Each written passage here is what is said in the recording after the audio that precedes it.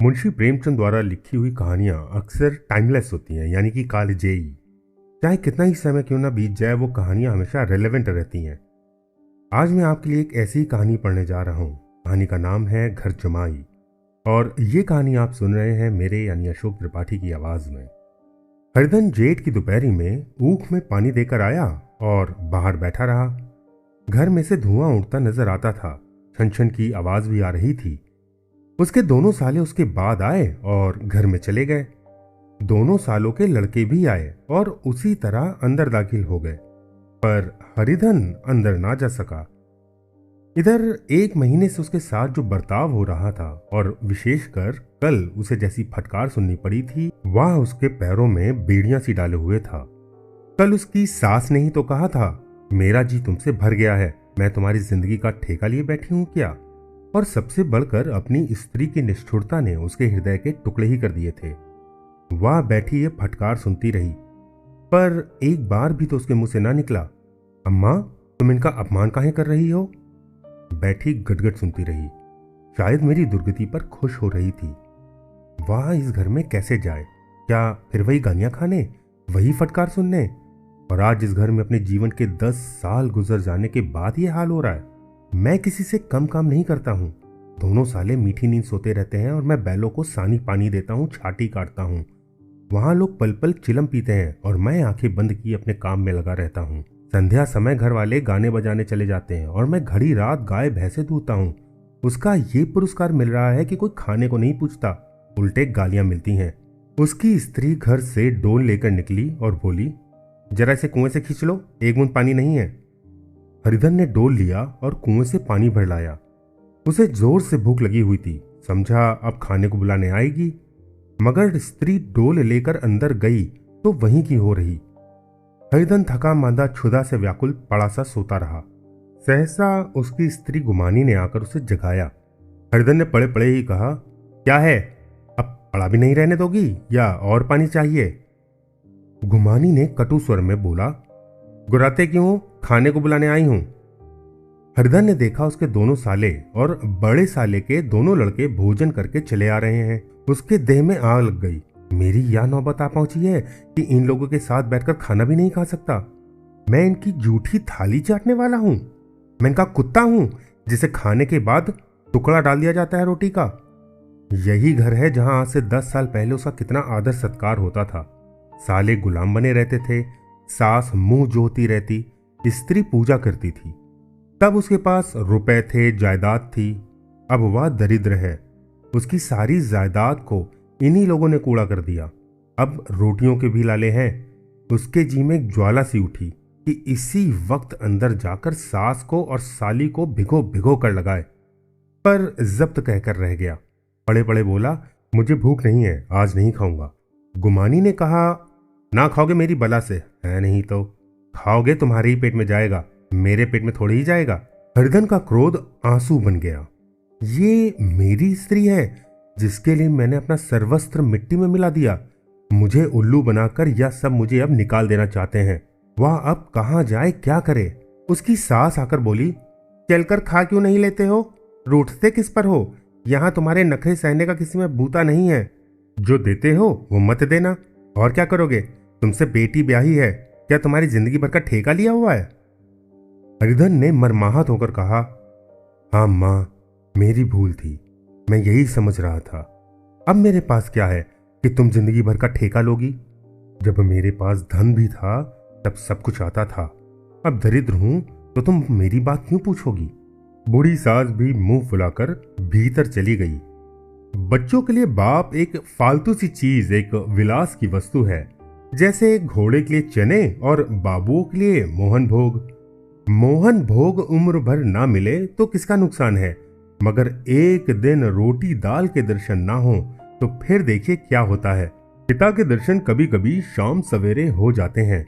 वह बच्चे को उछालता है, दुलारता है, कभी गोद में लेकर या उंगली पकड़कर सैर कराने ले जाता है, और बस यही उसके कर्तव्य की इति है।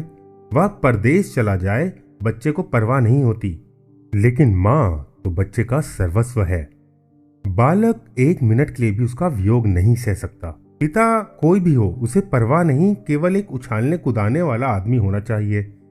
लेकिन माता तो अपनी होनी चाहिए, 16 आने अपनी। वही रूप, वही रंग, वही प्यार, वही सब कुछ। वह अगर नहीं है तो बालक के जीवन का स्रोत मानो सूख जाता है। फिर वह शिव का नंदी है, पर फूल या जल चढ़ाना लाजमी नहीं, अख्तियारी है। हरदन की माता का आज 10 साल हुए देहांत हो गया था। उस वक्त उसका विवाह हो चुका था। वह 16 साल का कुमार था, पर मां के मरते ही उसे मालूम हुआ कि मैं कितना निस्सहाय हूं, जैसे उस घर पर उसका अधिकार ही ना रहा हो।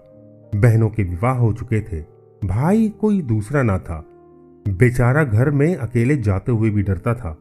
मां के लिए रोता था, पर मां की परछाई से डरता था। जिस कोठरी में उसने देहत्याग किया था, उधर आंखें उठाकर की भी ना देखता। घर में एक बुआ थी, वह हरदन को दुलार करती थी। हरदन को अब दूध ज्यादा मिलता था, काम भी कम करना पड़ता। बुआ बार बार पूछती, बेटा कुछ खाओगे? बाप भी अब उसे ज्यादा प्यार करते। उसके लिए एक अलग गाय मंगवा दी। कभी कभी उसे कुछ पैसे देते थे कि जैसे चाहे वैसे खर्च करे, पर इन मरहमों से वह घाव पूरा ना होता था जिसने उसकी आत्मा को आहत कर दिया था। वह दुलार और प्यार बार बार मां की याद दिलाता। मां की घुड़कियों में जो मजा था, वो क्या इस दुलार में था? मां से मांग कर, लड़कर, ठुनक कर, रूठ कर लेने में जो आनंद था, वह क्या भिक्षादान में था? पहले वह स्वस्थ था, मांग मांग कर खाता था, लड़ लड़ कर खाता था। अब वह बीमार था। अच्छे से अच्छे पदार्थ उसे दिए जाते थे, पर भूख ना थी। साल भर वह इसी दशा में रहा। फिर दुनिया बदल गई। एक नई स्त्री, जिसे लोग उसकी माता कहते थे, उसके घर में आई और देखते ही देखते एक काली घटा की तरह उसके संकुचित भूमंडल पर छा गई। सारी हरियाली, सारे प्रकाश पर अंधकार का पर्दा पड़ गया। हरदन ने इस नकली मां से बात तक ना की, कभी उसके पास तक ना गया। एक दिन घर से निकला और ससुराल चला गया। बाप ने बार बार बुलाया, पर उसके जीते जी वह फिर उस घर में ना गया। जिस दिन उसके पिता के देहांत की सूचना मिली, उसे एक प्रकार का ईर्ष्यामय हर्ष हुआ। उसकी आंखों में आंसू की एक बूंद भी नहीं आई। इस नए संसार में आकर हरिधन को एक बार फिर मातृ स्नेह का आनंद मिला। उसकी सास ने ऋषि वरदान की भांति उसके शून्य जीवन को विभूतियों से परिपूर्ण कर दिया। मरुभूमि में हरियाली उत्पन्न हो गई। सालियों की चुहल में, सास के स्नेह में, सालों के वाक विलास में और स्त्री के प्रेम में उसके जीवन की सारी आकांक्षाएं पूरी हो गईं। सास कहती, बेटा तुम इस घर को अपना ही घर समझो, तुम ही मेरी आंखों के तारे हो। वह उससे अपने लड़कों की, बहुओं की शिकायत करती। वह दिल में समझता, सास जी मुझे बेटों से ज्यादा चाहती हैं। बाप के मरते ही वो घर गया और अपने हिस्से की जायदाद को कूड़ा करके रुपयों की थैली लिए फिर आ गया। अब उसका दूना आदर सत्कार होने लगा। उसने अपनी सारी संपत्ति सास के चरणों में अर्पण करके अपने जीवन को सार्थक कर दिया। अब तक उसे कभी कभी घर की याद आ जाती थी, अब भूल कर भी ना आती, मानो वह उसके जीवन का कोई भीषण कांड था जिसे भूल जाना ही उसके लिए अच्छा था। अब सबसे पहले उठता, सबसे ज्यादा काम करता। उसका मनोयोग, उसका परिश्रम देखकर गांव के लोग दांतों तले उंगलियां दबाते। उसके ससुर का भाग्य बखारते, जिसे ऐसा दामाद मिल गया। लेकिन ज्यों-ज्यों दिन गुजरते गए, उसका मान सम्मान घटता गया। पहले देवता था, फिर घर का आदमी और अंत में घर का दास हो गया। रोटियों में भी बाधा पड़ गई, अपमान होने लगा।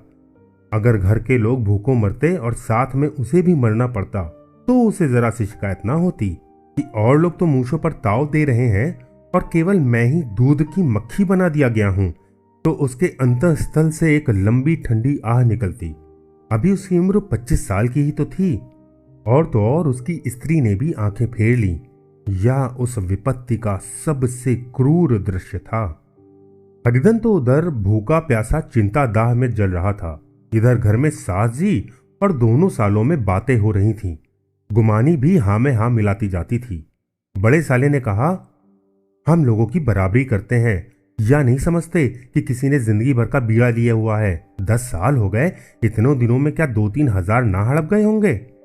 छोटे साले ने कहा, मंजूर हो तो आदमी घुड़के भी, डांटे भी, अब इनसे कोई क्या कहे? न जाने इनसे कब पिंड छूटेगा भी कि नहीं। अपने दिल में समझते होंगे मैंने 2,000 रुपए दिए हैं। अरे ये नहीं समझते कि 2,000 रुपए तो कब के उड़ गए। सवा शेर तो 1 जून को चाहिए। सास गंभीर भाव से बोली, बड़ी भारी खुराक है। हुमानी माता के सर से जून निकाल रही थी। सुलगते हुए हृदय से बोली, निकम्मे आदमी को खाने के सिवा और काम ही क्या है? बड़े ने कहा, खाने की कोई बात नहीं, जिसको जितनी भूख हो उतना खाए, लेकिन कुछ पैदा करना चाहिए। या नहीं समझते कि पहुनई में किसी के दिन कटे हैं? छोटे ने जवाब दिया, मैं तो एक दिन कह दूंगा, आप अपनी राह लीजिए, आपका कर्जा नहीं खाया है। गुमानी घर वालों की ऐसी ऐसी बातें सुनकर अपने पति से द्वेष करने लगी थी। अगर वह बाहर से 4 पैसे लाता तो इस घर में उसका कितना मान सम्मान होता, वह भी रानी बनकर रहती। गुमानी बोली, न जाने क्यों घर से बाहर जाकर कमाते तो जैसे इनकी नानी मरती है। गुमानी की मनोवृत्तियां अभी तक बिल्कुल बालपन की सी थीं। उसका अपना कोई घर तो था नहीं, उसी घर का हित अहित उसके लिए भी प्रधान था। वह उन्हीं शब्दों में विचार करती, इस समस्या को उन्हीं आंखों से देखती जैसे उसके घर वाले देखते थे। गुमानी बोली, सच तो है, 2,000 रुपए में क्या किसी को मोल ले लेंगे? 10 साल में 2,000 रुपए होते ही क्या है? 200 का तो साल भर के ही हुआ। क्या आदमी साल भर में 200 रुपए भी नहीं खाएगा? फिर कपड़े लत्ते घी दूध सब कुछ तो है। 10 साल हो गए, एक पीतल का छल्ला नहीं बना। घर से निकलते तो जैसे इनके प्राण निकलते हैं। जानते हैं, जैसे पहले पूजा होती थी वैसे ही जन्म भर होती रहेगी। ये नहीं सोचते कि पहले की बात और थी, अब की बात और है। बहू भी पहले ससुराल जाती है तो उसका कितना महान सम्मान होता है। डोली के उतरते ही बाजे बजते हैं। गांव मोहल्ले की औरतें उसका मुंह देखने आती हैं और रुपए देती हैं। महीनों उसे घर भर से अच्छा खाने को मिलता है, अच्छा पहनने को मिलता है, कोई काम नहीं लिया जाता। लेकिन 6 महीने के बाद उसकी हालत देख लो, घर भर की लौंडी हो जाती है। उसके घर में तो मेरी वही गति होती, फिर काहे को रोना? जो ये कहो कि मैं तो काम करता हूं तो तुम्हारी भूल है। मजूरी की बात और है, उसे आदमी डांटता है, मारता है, जब चाहता है रखता है, जब चाहे निकाल देता है, कस कर काम लेता है। ये नहीं कि जब जी आया काम किया, जब जी आ गया पढ़ के सोते रहे। हरदन भी पड़ा पड़ा अंदर ही अंदर सुलग रहा था कि दोनों साले बाहर आए। बड़े साले ने कहा, भैया उठो, तीसरा पैर आ गया, कब तक सोते रहोगे, सारा खेत पड़ा है। हरिधन चट से उठ बैठा और तीव्र स्वर में बोला, क्या तुम लोगों ने मुझे उल्लू समझ लिया है? दोनों साले हक्के बक्के हो गए। जिस आदमी ने कभी जबान न खोली थी, हमेशा गुलामों की तरह हाथ बांधे हाजिर रहा, आज वह एकाएक इतना आत्माभिमानी हो गया। या उनको चौंका देने के लिए काफी था। कुछ जवाब ना सूझा। हरधन ने देखा कि इन दोनों के कदम उखड़ गए हैं तो एक और धक्का देने की प्रबल इच्छा को ना रोक सका। उसी ढंग से बोला, मेरी भी आंखें हैं, अंधा नहीं हूं, ना ही बहरा हूं। छाती फाड़कर काम करूं और उस पर भी कुत्ता समझा जाऊं, ऐसे गधे कहीं और होंगे। अब बड़े साले भी गर्म पड़े। तुम्हें किसी ने अब बांध के नहीं रखा। अब इस बार हरिधन लाजवाब हो गया, कोई बात ना सूझी। बड़े ने उसी ढंग से कहा, अगर तुम चाहो कि जन्म भर पहुए बने रहोगे और तुम्हारा वैसा ही आदर सत्कार होता रहेगा तो ये हमारे बस की बात नहीं है। हरधन ने आंखें निकाल कर कहा, क्या मैं तुम लोगों से कम काम करता हूं? बड़े ने जवाब दिया, ये कौन कहता है? हरधन ने कहा, तो तुम्हारे घर की यह नीति है कि जो सबसे ज्यादा काम करे वही भूखों मारा जाए? बड़े ने जवाब दिया, तुम खुद खाने नहीं आए, क्या तुम्हारे मुंह में कोई और आके कौर डाल देता? हरधन ने होंठ चबाकर कहा, मैं खुद खाने नहीं गया, ये कहते तुम्हें लाज नहीं आती? बड़े ने जवाब दिया, नहीं आई थी बहन तुम्हें बुलाने। हरधन की आंखों में खून उतर आया, दांत पीस कर रह गया। छोटे साले ने कहा, अम्मा भी आई थी, तुमने कह दिया कि मुझे भूख ही नहीं है, तो क्या करती? सास भीतर से लपकी चली आ रही थी। यह सुनकर बोली, कितना कह कह के हार गई, कोई उठे ना तो मैं क्या करूं? हरिधन ने विष, खून और आग से भरे हुए स्वरों में कहा, मैं तुम्हारे लड़कों का जूठा खाने के लिए हूं? मैं कुत्ता हूं कि तुम लोग खाकर मेरे सामने रूखी रोटी का टुकड़ा फेंक दो? बुढ़िया ने ऐंठ कर कहा, तो क्या तुम लड़कों की बराबरी करोगे? हरिधन परास्त हो गया। बुढ़िया के एक ही वाक्य प्रहार ने उसका काम तमाम कर दिया। उसकी तनी हुई भवें ढीली पड़ गईं, आंखों की आग बुझ गई, फड़कते हुए नथने शांत हो गए। किसी आहत मनुष्य की भांति वह जमीन पर गिर पड़ा। क्या तुम मेरे लड़कों की बराबरी करोगे? यह वाक्य एक लंबे भाले की तरह उसके हृदय में चुभता चला जाता था। ना हृदयकांत था और ना उस भाले का। सारे घर ने खाया पर हरिधन ना उठा। सास ने मनाया, सालियों ने मनाया, ससुर ने मनाया, दोनों साले मनाकर हार गए। हरिधन ना उठा। वहां द्वार पर एक टाट पड़ा था, उसे उठाकर सबसे अलग कुएं पर ले गया और जगत पर बिछाकर पड़ा रहा। रात भीग चुकी थी।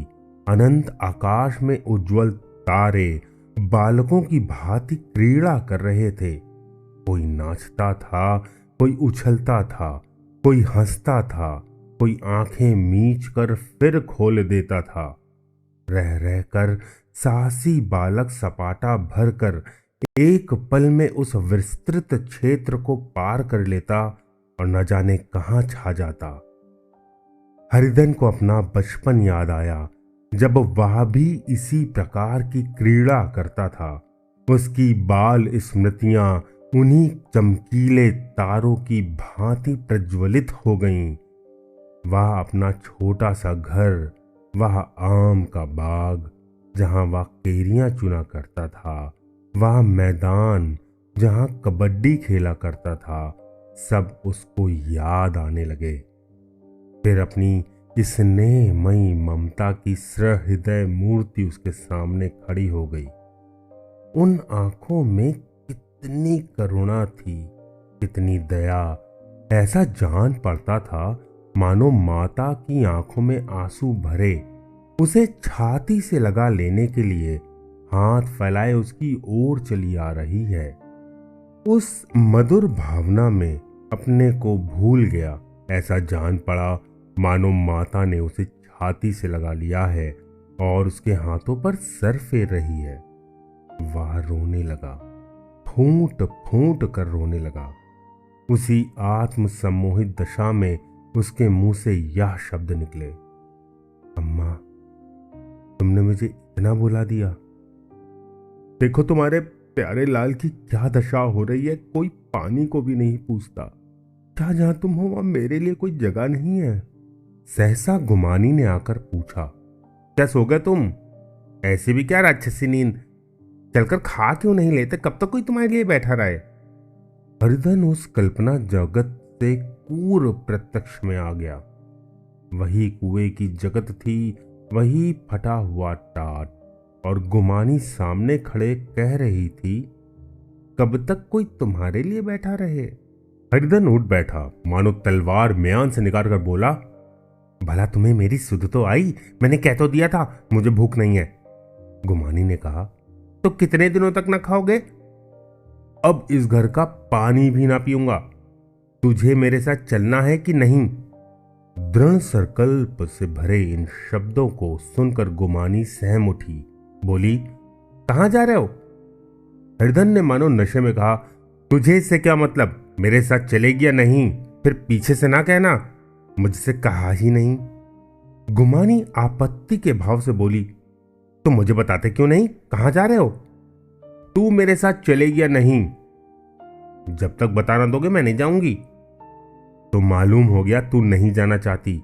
तुझे इतना ही पूछना था, नहीं तो अब तक मैं आधी दूर निकल गया होता। यह कहकर उठा और अपने घर की ओर चला। गुमानी पुकारती रही, सुनो सुनो सुन तो लो, पर उसने फिर के भी ना देखा। 30 मील की मंजिल हरिधन ने 5 घंटों में तय की। जब वह अपने गांव अमराइयों के सामने पहुंचा तो उसकी मातृ भावना उषा की सुनहरी गोद में खेल रही थी। उन वृक्षों को देखकर उसका विह्वल हृदय नाचने लगा। मंदिर का सुनहरा कलश देखकर वह इस तरह से दौड़ा मानो एक छलांग में उसके ऊपर जा पहुंचेगा। वह वेग में दौड़ा जा रहा था, मानो उसकी माता गोद फैलाए उसे बुला रही हो। जब वह आमों के बाग में पहुंचा, जहां डालियों पर बैठकर वह हाथी की सवारी का आनंद पाता था, जहां के कच्चे बेरों और लसोड़ों में स्वर्गीय आनंद था, तो वह बैठ गया और भूमि पर सर झुकाकर रोने लगा, मानो अपनी माता को अपनी विपत्ति कथा सुना रहा हो। वहां की वायु में, वहां के प्रकाश में मानो उसी विराट रूपणी माता व्याप्त हो रही थी। वहां की अंगुल अंगुल भूमि माता के पदचिन्हों से पवित्र थी। माता के स्नेह में डूबे हुए शब्द अभी तक मानो आकाश में गूंज रहे थे। इस वायु और इस आकाश में न जाने कौन सी संजीवनी थी, जिसने उसके शोकार्त हृदय को फिर बालोत्साह से भर दिया। वह एक पेड़ पर चढ़ गया और अधर से आम तोड़ तोड़ कर खाने लगा। सास के वह कठोर शब्द, स्त्री का वह निष्ठुर आघात, वह सारा अपमान उसे भूल गया। उसके पांव फूल गए थे, तलवों में जलन हो रही थी, पर इस आनंद में उसे किसी बात का ध्यान न था। सहसा रखवाले ने आवाज देकर पुकारा, वहां कौन ऊपर चढ़ा है रे? उतर, नहीं तो अभी ऐसा पत्थर खींच के मारूंगा कि वहीं ठंडे हो जाओगे। उसने गालियां भी दी। इस फटकार और इन गालियों में इस समय हरदन को अलौकिक आनंद मिल रहा था। वह डालियों में छुप गया, कई आम काट काट कर नीचे गिराए और जोर से ठट्ठा मार कर हंसा। ऐसी उल्लास भरी हंसी उसने बहुत दिनों से ना हंसी थी। रखवालों को यह हंसी परिचित मालूम हुई, मगर हरदन यहां कहां? वह ससुराल की रोटियां तोड़ रहा है। कैसा हंसोड़ा था, कितना चिबिल्ला, न जाने बेचारे का क्या हाल हुआ। पेड़ की डाल से तालाब में कूद जाता था। अब गांव में ऐसा कौन है? डांट कर बोला, वहां बैठे बैठे हंसोगे तो आकर सारी हंसी निकाल दूंगा, नहीं तो सीधे नीचे उतर आओ। वह गालियां देते जा रहा था कि एक गुठली उसके सिर पर आकर लगी। सिर सहलाता हुआ बोला, ये कौन शैतान है रे? नहीं मानता? ठहर, मैं आकर तेरी खबर लेता हूं। उसने अपनी लकड़ी नीचे रख दी और बंदरों की तरह चटपट ऊपर चढ़ गया। देखा तो हरिधन बैठा मुस्कुरा रहा है। चकित होकर बोला, अरे हरिधन, तुम यहां कब आए और इस पेड़ पर कब से बैठे हो? दोनों बचपन के सखा वहीं गले मिले। यहां कब आए? चलो चलो, भले आदमी, वहां आम मैसर नहीं होते थे क्या? हरिधन ने मुस्कुराकर कहा, मंगरू, इन आमों में जो स्वाद है वो और कहीं के आमों में नहीं। गांव का क्या रंग ढंग है? मंगरू ने जवाब दिया, सब चैन चान है भैया, तुमने तो जैसे नाता ही तोड़ लिया। इस तरह कोई अपना गांव घर छोड़ देता है? जब से तुम्हारे दादा मरे सारी गृहस्थी चौपट हो गई। 2 छोटे छोटे लड़के हैं, उनके लिए क्या होता है? हरिधन ने कहा, अब उस गृहस्थी से क्या वास्ता भाई, मैं तो अपना ले दे चुका। मजूरी तो मिलेगी ना, तुम्हारी गैया ही चरा दिया करूंगा, मुझे खाने को दे देना। मंगरू ने अविश्वास के भाव से कहा, अरे भैया कैसी बातें करते हो, तुम्हारे लिए जान हाजिर है। क्या ससुराल में अब ना रहोगे? कोई चिंता नहीं, पहले तो तुम्हारा घर ही है, उसे संभालो। छोटे छोटे बच्चे हैं, उनको पालो। तुम्हारी नई अम्मा से नाहक डरते थे, बड़ी सीधी है बेचारी, बस अपनी माँ समझो, तुम्हें पाकर तो निहाल हो जाएगी। अच्छा, घरवाली को भी तो लेकर आओगे ना? हरधन ने जवाब दिया, अब उसका मुंह ना देखूंगा, मेरे लिए वो मर गई। मंगरू ने कहा, तो दूसरी सगाई हो जाएगी, अब की ऐसी महरिया लाके दूंगा कि उसके पैर धो के पियोगे, लेकिन कहीं पहली आ गई तो? हरिधन ने जवाब दिया, वो ना आएगी। हरिधन अपने घर पहुंचा तो दोनों भाई भैया आए कहकर भीतर दौड़े और मां को खबर दी। उस घर में कदम रखते ही हरिधन को ऐसी शांत महिमा का अनुभव हुआ, मानो वह अपनी मां की गोद में बैठा हुआ है। इतने दिनों ठोकरे खाने से उसका हृदय कोमल हो गया था। जहां पहले अभिमान था, आग्रह था, हेकड़ी थी, वहां अब निराशा थी, पराजय और याचना थी। बीमारी का जोर कम हो चला था।